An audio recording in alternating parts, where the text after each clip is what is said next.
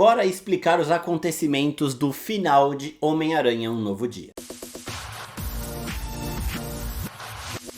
E aí, seus geeks, tudo certo? Eu sou o Marcos Veloso e hoje é dia de vídeo com muitos spoilers de Homem-Aranha Brand New Day, né? Homem-Aranha 4, que é o filme que está em cartaz nos cinemas atualmente. Então, se você ainda não viu e não quer tomar spoiler, o que eu recomendo, não tome spoiler, eu sugiro que você assista o filme e deixe esse vídeo para depois. Se você já viu ou não liga para spoiler, então bora falar sobre os acontecimentos finais e o que isso significa também para o futuro da Marvel nos cinemas. Bom, primeiro de tudo, vamos começar falando da situação que foi estabelecida em Homem-Aranha Sem Volta para Casa, que é no momento em que a MJ, o Ned e todo mundo que conhecia o Peter Parker esquece da existência dele. Esse quadro é revertido em um momento desse filme com o Ned Leeds, com a MJ não, mas isso é explicado também antes da gente chegar nessa parte. Primeiro ponto em relação a tudo isso, antes do filme lançar, o Tom Holland tinha dito que uma pessoa dentro do filme lembrava do Peter Parker, e de fato não era uma pessoa, a gente já sabia quem era porque nas HQs acontece algo semelhante, era o Hulk, e aqui a gente tem a resposta para isso, a gente tem de fato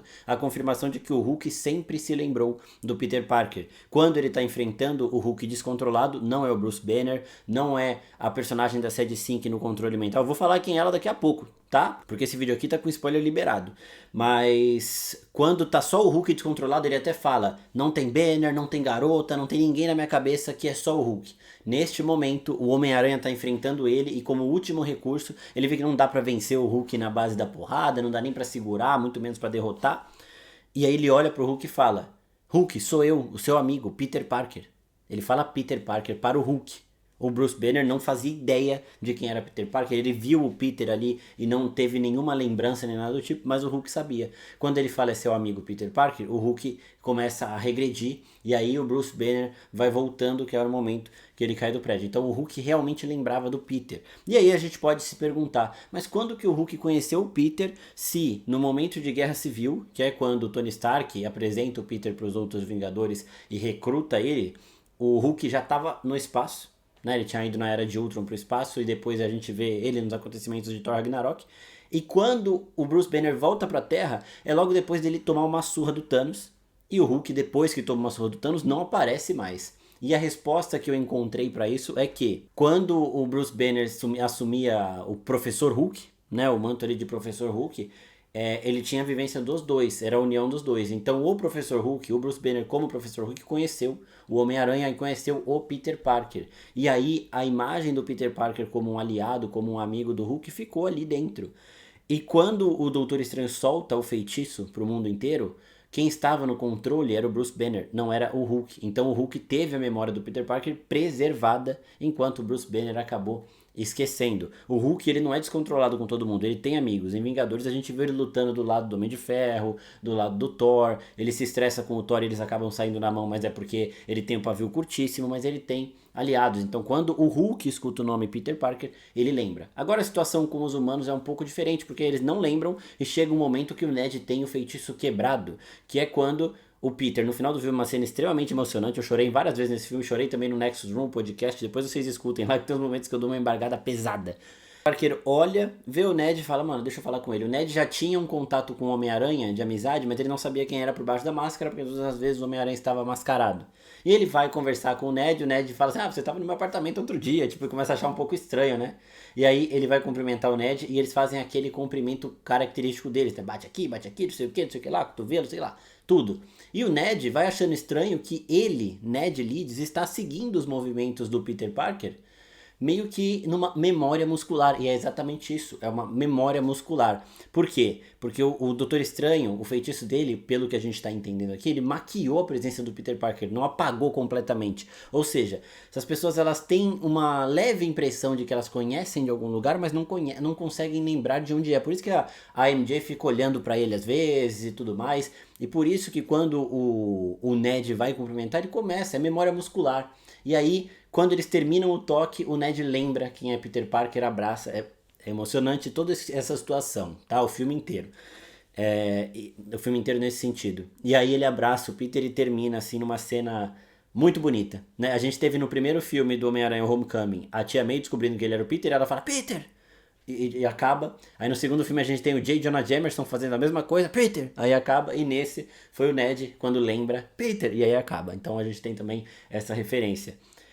E foi explicado isso na cena que a personagem da Sadie Sink assume, rouba o controle da mente da MJ. Porque aí eles estão lá tendo um momento deles, né? O Peter e a MJ, que estava sendo controlada, mentalmente controlada. E aí eles se beijam, né? E aí ela fala, Peter, não sei o que, e ele fica emocionado, ele chora, ele abraça ela, e aí depois a Sadie Sink assume o controle. Já vou falar logo, né? Vou ficar, a Jean Grey assume o controle e fala. Ela dá a resposta de como quebrar o feitiço do Doutor Estranho. Ela fala, o contato, o beijo de vocês quebraria o feitiço. E a MJ estaria vomitando agora. Não porque ela achou nojento nem nada do tipo, porque o feitiço foi quebrado, seria uma situação ali de estresse completo, talvez, que fizesse ela vomitar.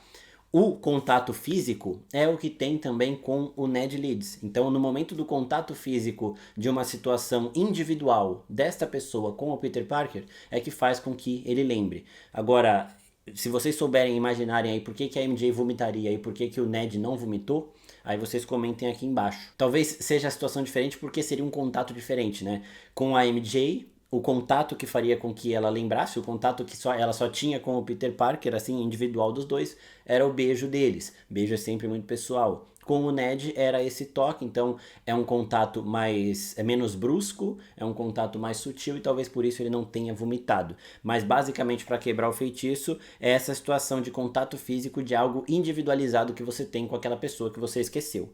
Nesse momento o Ned lembra, então foi muito bonita essa cena. O filme também trabalha isso muito bem, voltando com a Tia May, em uma das cenas mais impressionantes e mais emocionantes de todas, que é quando a personagem da Sadie Sink, a Jean Grey, ela toma o controle mental do Peter Parker e ele fala, né, entra aí.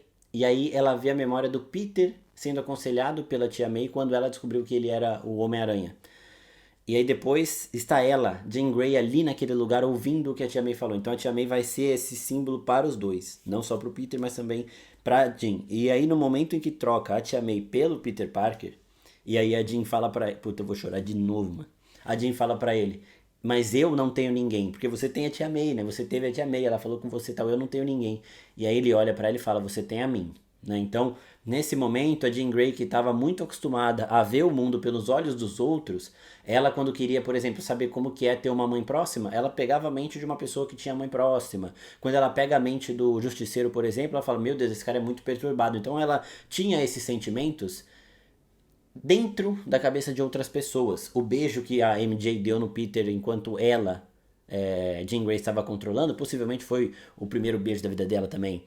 E ela sempre teve essas emoções pelas vidas das outras pessoas. E nesse momento ela tem pela vida dela mesmo, né? Então ela está passando por isso e ela está vendo o que o Peter sente, compartilhando esse sentimento, não roubando a memória e lendo, né? Ela está vendo de fato o que aconteceu com ele e está acontecendo também com ela. Então ela consegue ter esse tipo de empatia, que é uma coisa nova para ela também. Outro ponto desse filme, e que também trabalha muito, muito, muito conteúdo pro futuro dos X-Men, é este conflito dos mutantes que sempre volta. Que tem alguns mutantes que não querem ser mutantes, então eles querem achar uma cura mutante, tem outros que não. E o Peter Parker já criou a cura mutante, ou um item para suprimir a mutação, né? Que é aquele negocinho que ele coloca nele próprio, né? Ele tá conversando com o Bruce Banner em um momento, o Bruce mostra para ele o dele de radiação gama, que é um equipamento feito exclusivamente para o Hulk. Se o Homem-Aranha colocasse, não ia adiantar de nada, porque é uma mutação diferente. E aí o Peter fala para ele, e se a gente mudasse isso, dá pra fazer um desse universal?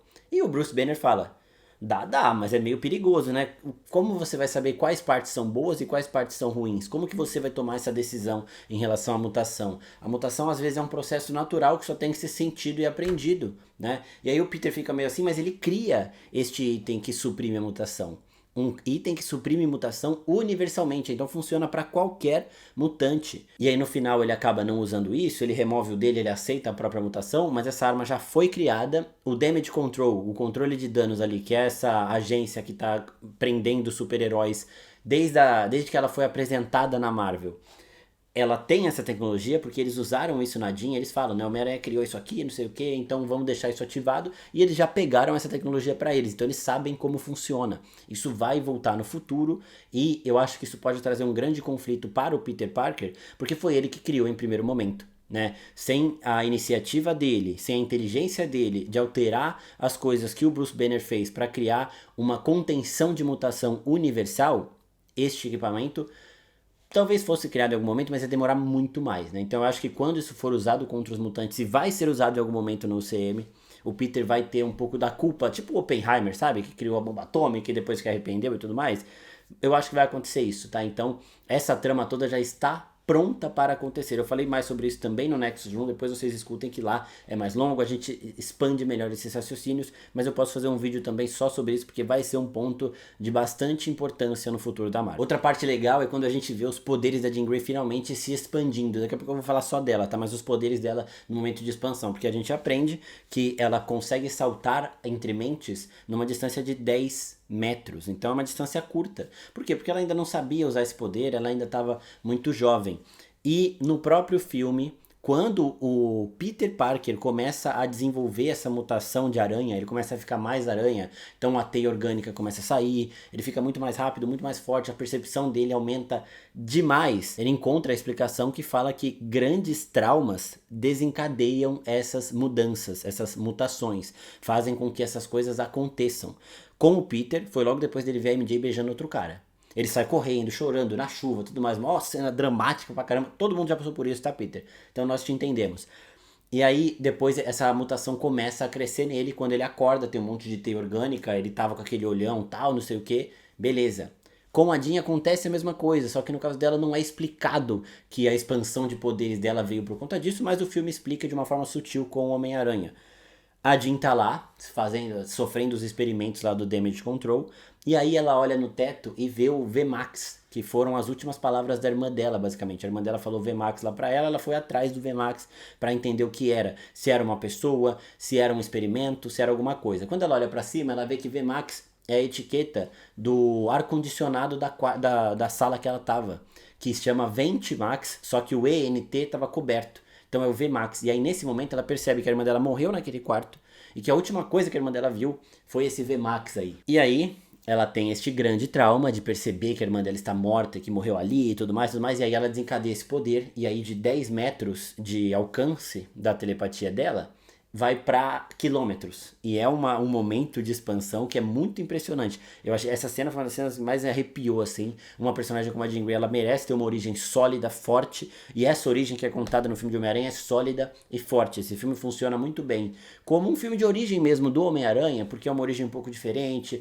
Tem alguns conflitos parecidos com o que o Peter Parker do Tobey Maguire e do Andrew Garfield passaram no começo deles ali. Ele tá aprendendo a se virar sozinho e tudo mais.